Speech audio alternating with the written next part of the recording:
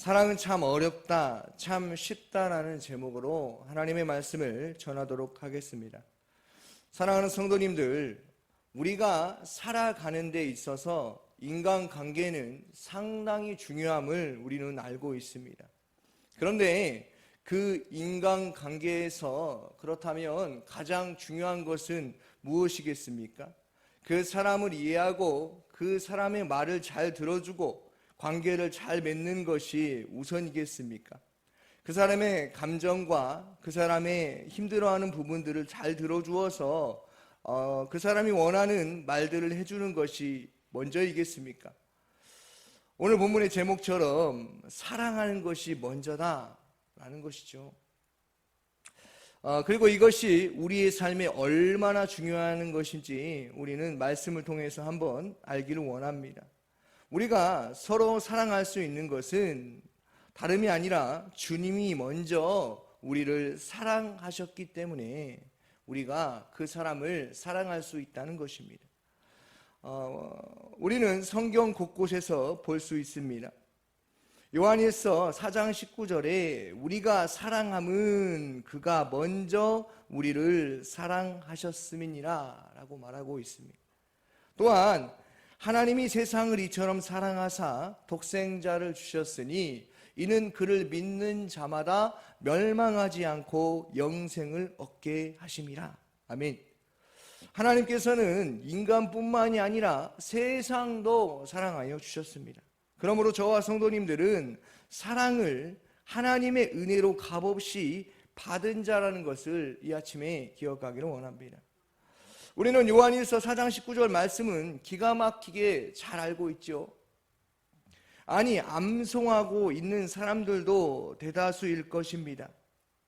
우리가 사랑함은 그가 먼저 우리를 사랑하셨음이니라.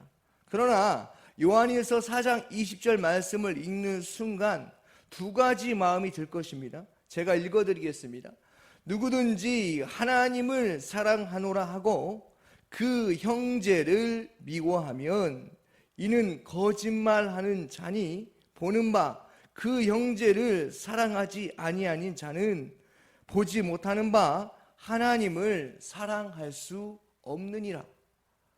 극단적으로 보면 이렇습니다. 하나님을 사랑한다고 고백하면서 그 형제를 미워하면 그것은 하나님을 사랑한 것이 아니다 라고 말하고 있다는 것이죠. 우리가 사회생활을 해도 그렇고, 아니 수많은 사람들을 만나죠. 어쩌면 내가 하고 싶은 말을 해서 내 마음에 드는 사람도 있지만 반대로 내 마음에 들지 않는 사람이 더 많지 않습니까? 그렇다면 우리가 방금 이 말씀 20절 말씀을 읽었을 때 찔림이 있지 않았습니까? 4장 20절 말씀을 쉬운 성경으로 다시 읽어드려 보겠습니다. 어떤 사람이 나는 하나님을 사랑해라고 말하면서 그의 형제를 미워하면 그는 거짓말쟁이입니다. 그 다음부터가 더 충격적인데요. 이는 눈에 보이는 자기 형제도 사랑하지 못하면서 보이지 않는 하나님을 사랑할 수는 없기 때문입니다. 아멘.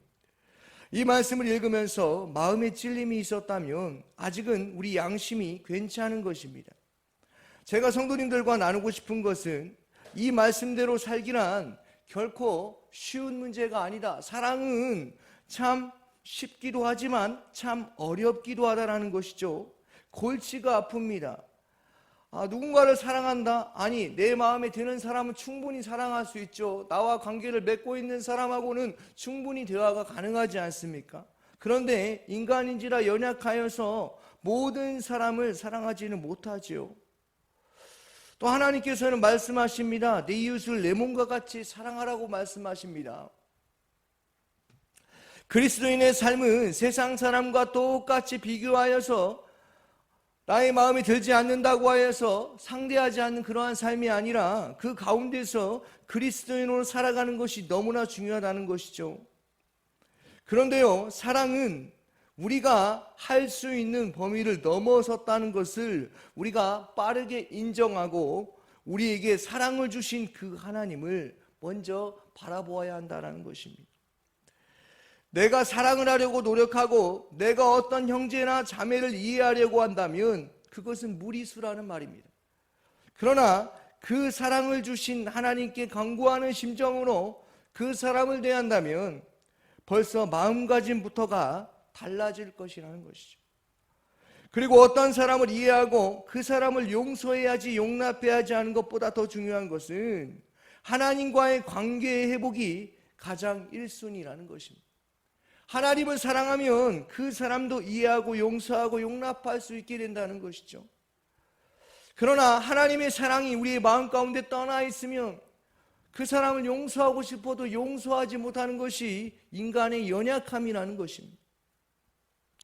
그렇다면 성경이 말하는 지혜로운 자가 누구입니까? 그것은 하나님을 경외하는 자라는 것이죠. 우리에게 나의 죄를 용서해 주신 하나님 아버지가 곁에 있음을 알며 하나님을 경외하는 삶, 이것이 지혜로운 삶이라는 것이죠.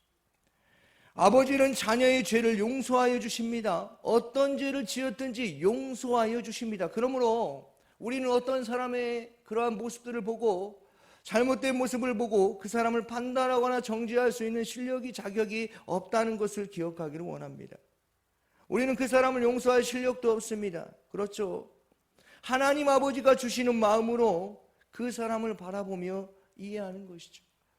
오늘 본문은 그리스도인은 우상의 제물을 먹어야 되느냐 먹지 말아야 하는 문제에도 사랑에 관련된 이야기가 많이 담겨져 있다는 것을 우리는 발견합니다. 바울이 성도들에게 말하죠. 여러분의 행동이 중요한 것이 아닙니다. 그 사람을 보고 판단하는 것이 중요한 것이 아닙니다. 끝으로 여러분이 가지고 있는 고상한 지식으로는 하나님의 사랑을 깨닫지 못하고 있습니다 라고 말하는 것입니다. 당시 우상들에 대한 희생 제사는 사람들이 살아가는 데 있어서 필수적인 부분이었습니다. 무엇보다도 사람들에게 있어서 우상과 관련된 제사는 종교적 행위보다 앞서 사회생활의 한 부분이었습니다. 종교적 목적과 상관없이 삶의 터전으로 상호 공존해야 할 주민들에게 있어서는 함께 축제에 참여함으로써 공동체 의식을 가질 수 있었습니다.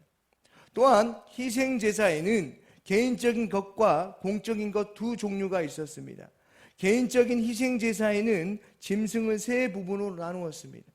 희생제사에는 꼭 필요한 상징적인 분량의 고기를 불태우고 사제들은 자신의 몫을 가져가고 나머지 고기는 행정장관들과 다른 사람에게 분배되었습니다.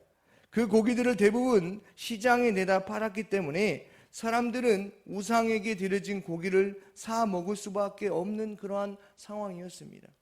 따라서 우상제물로 사용된 고기를 그리스도인들이 먹어도 되는가 하는 그런 문제 때문에 바울에게 그렇게 자신들이 질문했던 것이죠. 이러한 이유로 인해서 고린도 교회는 우상제물의 축제에 그리스도인이 참여한 문제와 그 출처가 불분명한 의심스러운 고기를 먹어도 되는가 하는 문제에 봉착합니다. 특히 엄격한 율법주의자들의 주장과 무엇보다도 유대의 엄격한 정결음식 규정에 의해 이 문제는 더 악화되었습니다. 바울이 이렇게 말할 때 율법주의자들과 일부 성도들에게 질문이 있었는데요. 그때 바울이 아주 지혜롭게 말하는 것을 우리는 볼 수 있습니다. 오늘 본문 말씀 1절 말씀입니다. 함께 읽어봅니다. 우상의 제물에 대하여는 우리가 다 지식이 있는 줄 아나 지식은 교만하게 하며 사랑은 덕을 세우나니. 아멘. 이것이 옳으냐 그르냐 말하는 자들에게 우상 제물은 아무것도 아니라고 말하는 것이죠. 그것은 양심에 거리끼지 않으면 먹어라. 그리고 뭐라고 말합니까? 율법주의자들에게 그 지식으로는, 여러분이 알고 있는 그 고상한 지식으로는 하나님을 알 수 없다고 말하고 있는 것입니다. 바울이 볼 때 한 가지 염려가 되는 부분이 있었는데, 우상 제물을 거부하는 것이 우상을 인정하는 바와 다를 것이 없다고 어처구니 없이 우기는 자들에게는 그들에게 생각을 완전히 바꾸는 이야기를 합니다. 지식은 사람을 교만하게 하고 사랑이 덕을 세운다 라고 말하죠. 지식보다 뭐가 우선이 먼저라는 것입니까? 사랑이 먼저라는. 또한 지식은 사람을 온전하게 세우지 못한다는 것이죠. 지식은 교만하여 결국 자기를 자랑하는 일에 힘쓰게 되어 있다는 것입니다. 무슨 말입니까? 지식으로는 하나님의 사랑을 100% 아는 것이 불가능하다는 것이죠. 그렇다고 바울은 지식이 부정적이라고 말하는 것도 아닙니다. 다만 사랑이 없으면 아무리 뛰어난 지식을 가졌다 할지라도 그것은 휴지 조각 빈 깡통에 불과하다는 것이죠. 지식만 있으면 빈 깡통인데 사랑과 지식이 같이 하면 누구를 알게 된다고 말하고 있습니까? 하나님이 한 분뿐임이라는 것을 알게 된다고 말하죠. 율법주의자들은 자기들의 말이 맞다고 주장하고 최고의 선봉으로 나서서 자신들이 가지고 있는 율법의 잣대를 갖다 대어서 고기를 먹는 것이 옳으냐 그르냐의 그 문제, 진리가 아닌 그 문제를 그렇게 붙잡고 바울에게 물어보았던 것입니다. 그런데 3절 말씀이 모든 것을 말해주는 해답과도 같습니다. 3절 말씀을 우리 한 목소리로 읽어봅니다. 또 누구든지 하나님을 사랑하면 그 사람은 하나님도 알아주시느니라. 아멘. 무슨 말입니까? 먹고 마느냐의 문제가 아니라는 거예요. 그리스도인들의 신앙생활은 고기를 먹느냐, 우상에게 제물을 바친 그 고기를 먹느냐 마느냐의 문제가 아니에요. 교회 안에서 어떤 공동체 안에서 이것이 옳고 그르냐의 문제가 아닙니다. 사람과의 관계에서 내 자존심을 좀 상하게 했다고 해서 저 사람이 과연 나한테 저렇게 했다고 하여서 복수하려는 그것이 그리스도인의 삶이 아니라는 것이죠. 무엇이 가장 먼저라는 것입니까? 하나님을 사랑하는 것. 하나님을 사랑하면 다른 사람이 알아주는 것이 아닙니다. 누가 알아준다고 말하고 있습니까? 하나님의 자녀를 알아봐 준다고 말하고 있습니다. 그리스도인이라는 것을 알아봐 준다라고 하는 것이죠. 다시 말합니다. 지식은 빈 깡통이다. 하나님의 사랑을 아는 것, 즉 구원받은 자라는 것을 아는 자, 믿는 자, 깨닫게 되면 하나님의 사랑이 그 안에 역사할 수밖에 없다는 것이죠. 사랑하는 성도님들, 하나님의 자녀가 되는 것은 수사학이나 철학이나 영지주의에 대해서, 그노시스에 대해서 그렇게 많은 지식에 대해서 아는 것이 중요한 것이 아니라는 것입니다.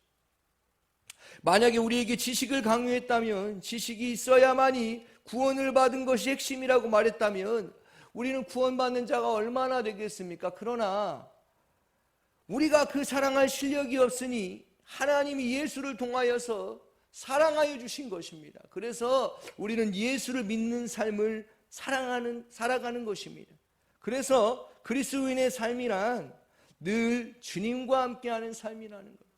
주님을 사랑하면 이 교만의 자리에 오르지 않는다는 것이죠. 주님을 사랑하면 하나님을 경외하며 말씀을 대한다는 것이죠. 주님을 사랑하면 교만한 자리에 앉지 않는다는 것입니다.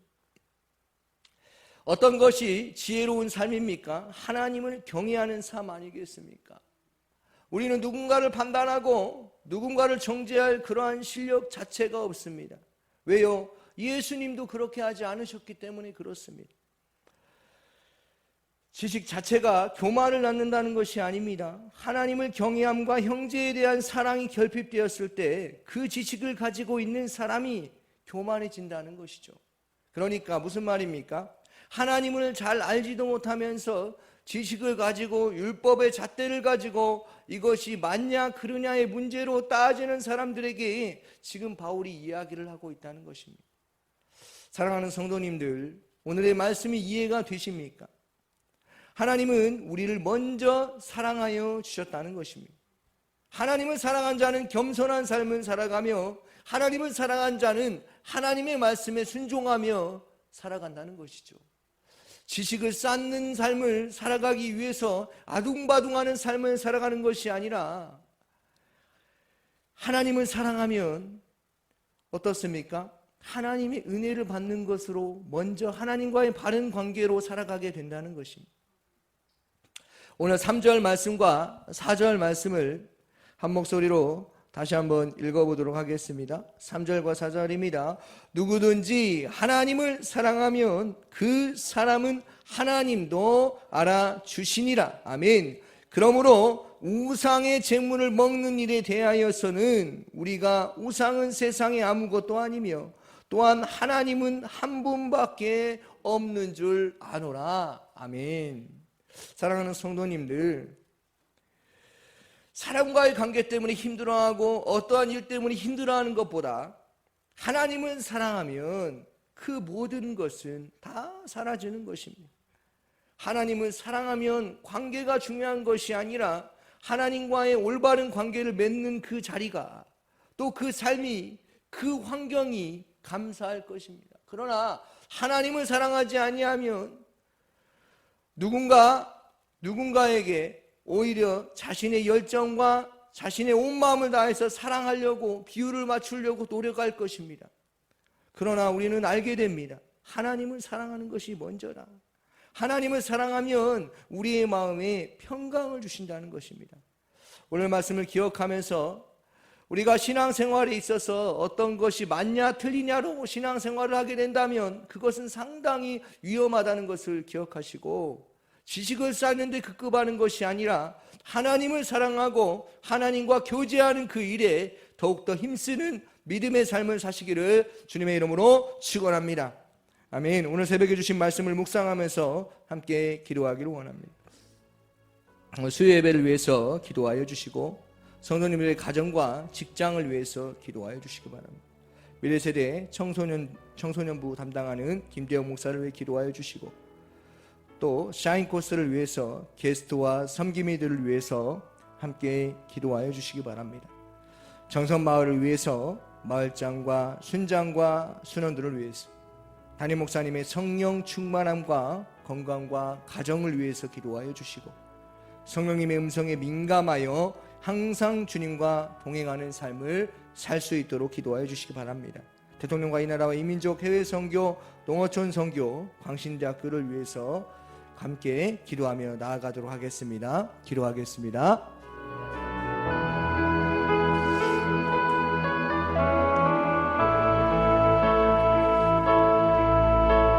사랑이 많으신 아버지 하나님, 감사합니다. 부족한 종을 사용하여 주시고 또 말씀을 듣게 하시니 감사합니다. 우리가 어떤 사람을 대할지, 이 상황과 환경 속에서 어떻게 살아가야 할지를 고민하고 염려하기보다 아버지 하나님, 주님 사랑하는 것을 먼저 하기를 원합니다. 하나님이 함께 하시는 자리, 하나님을 만나는 그곳에서 날마다 언제나 우리와 함께 하시는 그 주님, 아침에 일어날 때에도, 직장에 갈 때에도, 길을 걸어갈 때에도, 운전을 할 때에도 늘 함께 하시는 그 주님과 사랑의 관계를 맺는 그러한 삶을 살아갈 수 있도록 하나님 인도하여 주시옵소서.